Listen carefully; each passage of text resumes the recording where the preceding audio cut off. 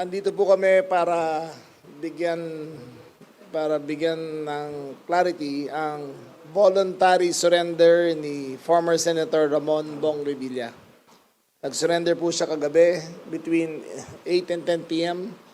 Nasa Facebook Live pa yon, so makikita niyo naman. He was duly processed. He was read his rights. He was made to go through the entire process kung paano tanggap ng isang voluntary surrender. So ngayon, pagkatapos ng lahat ng bagay na to, inayos namin na lahat ng firearms licenses niya. Pinasurrender namin ng mga long firearms dito sa Camp Crame. And we are now ready to bring him to the Sandigan Bayan kung saan sila ang magdidesisyon kung saan siya i-detain. Wala na po sa kamay namin yan. But safe to say, dito po sa Camp Crame ay isasara na namin yung custodial unit dahil doon nilalagay ang bagong headquarters ng itong building na to. May gagawa ng bagong headquarters eh. So yun ang appealing site. So it's about to be condemned and so bahala na ang Sandigan kung saan siya ilalagay.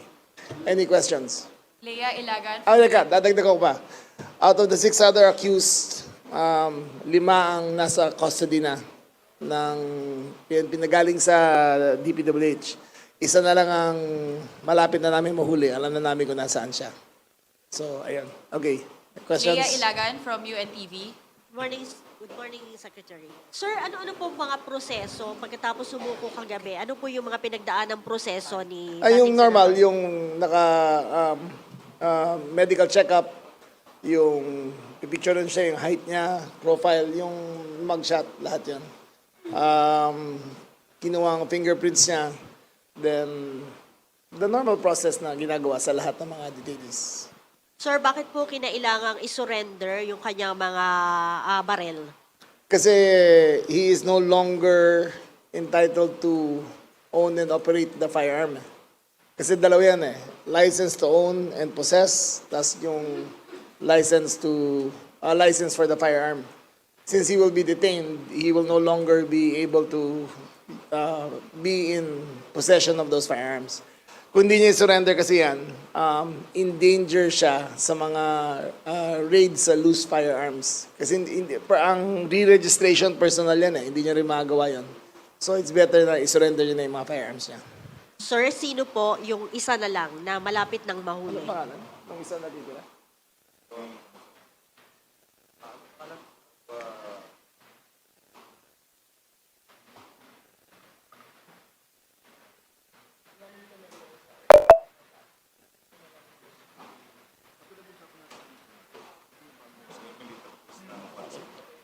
Para lang klaro, no? Ang connected to the flood control scandal, ang nag-surrender ay si Ramon Bautista Bong Revilla Jr., voluntary surrender. Si Bryce Hernandez ay currently under the custody of the Senate. Si JP Mendoza, ganun rin. Itong sa DPWH. Ito yung mga nahuli natin. Nahuli na natin yan. Okay. Ang nag-surrender o nahuli na rin ay si RJ Salvador Domasig, Emilita Capistrano Watt, Huat as in J-U-A-T, Cristina May del Rosario Pineda, nahuli siya sa May Sagada. Tubangkang siyang tumakas at nahuli siya. At isa na lang ang natitira si Juanito Coronel Mendoza na malapit na rin namin matrack at makuha. Sir, last question na lang po. Dahil... Si Watt na lang pala naiwan. Yung Juanito Coronel nahuli na. O yung Watt na lang pala naiwan. Sir, dahil sinabi nyo na parang hindi na maaari doon sa custodial facility, ibig sabihin hindi na ito magiging kasama sa magiging option ng korte. Hindi na pwede. Thank Mr. you, Alfred Dalizon from People's Journal. Yes. Sir, morning. Sir, napakatagal na yung palaging custodial center. Pinagkukulungan ng mga ex-presidents, senators, mga generals. What made you decide na this time sa iba na po? It's not my decision. It's up for demolition. So it's up for demolition anytime this month. Kinukuha lang namin yung certificate sa DPWH na condemn yung building. The building is very old at maglalagay kasi may budget ng PNP na magtayo ng bagong headquarters na hindi na kasi kasya dito eh. So magtatayo ng bagong building at doon ang proposed site ng bagong building nila. Sir, last question, sir. Paano po nag-surrender si ex-senator? Abay, Voluntary? siya mismo pumunta rito on his own. Voluntary surrender yun sa kanya. Mr. June Veneracion of GMA. Sir, paano nag-arrive yung decision na sumurrender siya at ano ang naging arrangement nung sinabi niyang susuko siya voluntarily dito sa company? Tumawag siya sa akin kahapon nung lumabas yung electronic warrant. At sabi ko, best na mag-surrender ka na. At tinanggap naman siya rito sa CIDG. Doon siya nag-voluntary surrender. Siya po mismo yung tumawag sa inyo, wala pong intermediary. Wala na. For the record, matagal kami magkasama ni Senator Bong sa Cavite. Ang anak niya ay naging vice governor ko. Ang anak niya ngayon ay vice governor ng pamangkin ko. We've been lifelong friends ever since the 1980s. Matagal na kami magkaibigan. But duty calls, there are no exceptions to the rule. Ang pag sinabi ng sandigan to arrest him, I advise him to, ang best ko na magawa is advise him to surrender peacefully. Sigurado dyan, sir, may mga mag-iisip, malaking tao, baka special treatment ito. How would you respond? Special treatment? Oo. Well, number one, ang sandigan na magdidesisyon kung saan siya ilalagay. So, dati kasi dito, nakita niyo naman, may special treatment. So, yung available facilities ay sinabit na namin sa sandigan. So, I assure you, walang magiging special treatment doon. Thank you, sir. Third Ann Malonzo of Sunstar. Good morning, sir. Sir, ilan po yung firearms na isinuko ni Senator? Parang 20 firearms. It includes long firearms and short Yes. firearms na rin. Basta lahat, sir. Lahat yun. Yun lang yung meron siya na... Yes. I think 7 long firearms and 14 na short. Thank you, sir. Kanina may sinabi kayo, may nagtangkang tumakas dyan. Hindi, dito, yung isa na, sino ba nahuli natin sa Boracay? Yung Christina May Pineda, nahuli sa Sagada. Sa Sagada siya nahuli. Ano, sir? Nagbabiyahe ba siya Nagbabiyahe that siya. time? Nagbabiyahe siya, tapos na-checkpoint siya. Tapos nahuli siya. Thank you, sir. Edniel Parosa of DZRH. Hi, Shek. Shek, nung nakausap ni Chief, si Senator Bong, pwede bang mabigyan kami, sir, ng story? Araw tumatakbo siguro thought process niya, bakit nagtiwala siya na sumuko sa Philippine National Police? Kung ako rin naman, magsusuko ako basta may warrant of arrest ako eh. Kasi katulad kay Atong Ang, basta magkapersahan ng arrest, hindi mo na alam kung ano mangyayari. Tingnan nyo to. He has 20 firearms, di ba? Voluntary siya nag-surrender. Si Atong Ang, he has 6 firearms. Kinancel namin. Kasi he's, fugitive siya, di ba? So kay Atong Ang, we will deal with him as armed and dangerous. Kay Senator Bong, I advise him pumunta na rito para matapos na ang intriga at walang untoward incidents na mangyayari. Sir, meron kaya siyang siguro request or gustong arrangement? Kaya siya Wala tumulong naman. sa PNP? Wala naman. Siyempre, he seemed, yung malungkot siya eh. Diba? Pero ang sabi ko na lang, we'll do the best we can. Ako personally, maghahatid sa kanya papuntang Sandigan Bayan. At ako, pagdating doon, i-hand over ko na siya sa officer of the court. Sila na ang bahala. Sir, another matter. Bago itong warrant na ito, may isa pang dating warrant sa flood control scandal. Anong update, sir, dun sa mga hinaharap natin? Kasi parang ang tagal na may surrender feelers nung nasa mga SunWest Executive.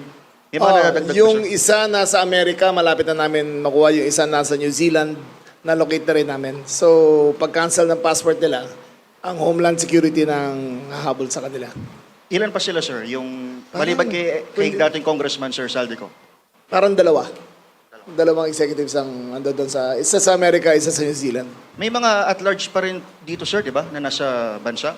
Nahuli na rin sila lahat. I don't have the complete list with you. Thanks, sir. Miss Karen De Guzman of ABS-CBN. Sa linawin ko lang po, ito pong kaso po ni Senator Bong Revilla, non-bailable po ito. Ano Yes. kaya yung magiging next steps niya po? Well, pagharap sa kanya sa Sandigan Bayan, haharap siya sa indictment, plea niya, guilty or not guilty. Pagkatapos nun, since non-bailable, ang Sandigan ang mag-decide kung saan siya ilalagay. Anong incarceration site. Okay po. Sir, meron po kasi siyang pinost po na video. Sinasabi po niya na parang walang naging due process sa nangyari pong insidente na to. Na-mention niya po ba sa inyo yung mga... Hindi namin pinag-usapan yun eh. Hindi namin pinag-usapan. Okay po. Pero nabanggit na po sa inyo na sabi po niya ay handa niya tong harapin dahil wala naman daw po siya Kagabi, kasalanan. binanggit niya sa akin yan. Nung sabi ko mag-surrender na siya, handa naman siya. Kayo rin po ba nag-encourage sa kanya para mag-surrender? Oo. Nag-encourage din ako sa kanya. Okay. Kung hindi po ba siya mag-surrender, sir, mas magiging mahirap po yun. Mahirap yun. Actually, mas madali. Kasi alam ko naman lahat ng pupuntahan niya eh. Di ba? So, pero since ito, mas mahirap kasi pwersahan yun eh. Di ba? Ito voluntary. Kaya emotionally and physically, mas madali para sa lahat. Yung last na lang po na natin, co-accused, saan na po yung... May leads na po ba tayo kung nasaan Meron po siya? na, pero hindi pa namin sasabihin sa inyo, pero may leads na kung nasaan siya. Okay po, thank you po. Mr. Jason Sigales, Inquirer. Good morning, Sec. Possibly po no, sa Payatas Jail, kung sakali man, sir, si Sen Revilla po, no? Kung saan man po ipadala, sir, ng Sandigan Bayan si ex-senator, ano pong garantisado ho natin na since big name ho siya, may guarantee ho ba tayo of safety ho sa kanya na wala hong gang violence makaka-inflict ho sa kanya? Ayun ang kine-consider talaga namin, yung gang violence. Kasi iisipin nyo rin, yung mga nakakulong doon, di ba? General population yun eh. So we will take all precautions necessary to ensure his safety during the process of his trial. But he will be with the general population. So far, depende yan sa order ng Sandigan. Ihintayin natin. Mark Makalalad of DZBB. Hi sir, good morning. Kamustahin ko lang sir yung overnight stay niya sa CADG and kamusta yung medical examination na ginawa sa kanya? Siguro si General Morico. Sir, just like any other prisoner or detention prisoner, he was treated the same. At alam naman po ni Senator Bong na we have observed the police operational procedure when it comes to dealing with ano po. Kadalasan kasi sir yung mga nakukulong na mga high profile, meron silang mga iniinda. Wala bang health condition na nabanggit si ex-Senator Revilla sa CADG? Si Senator Bong, sir, he's, alam mo naman, action star si sir, kaya very fit po siya, kagaya ni SILG. So nothing to worry about his health.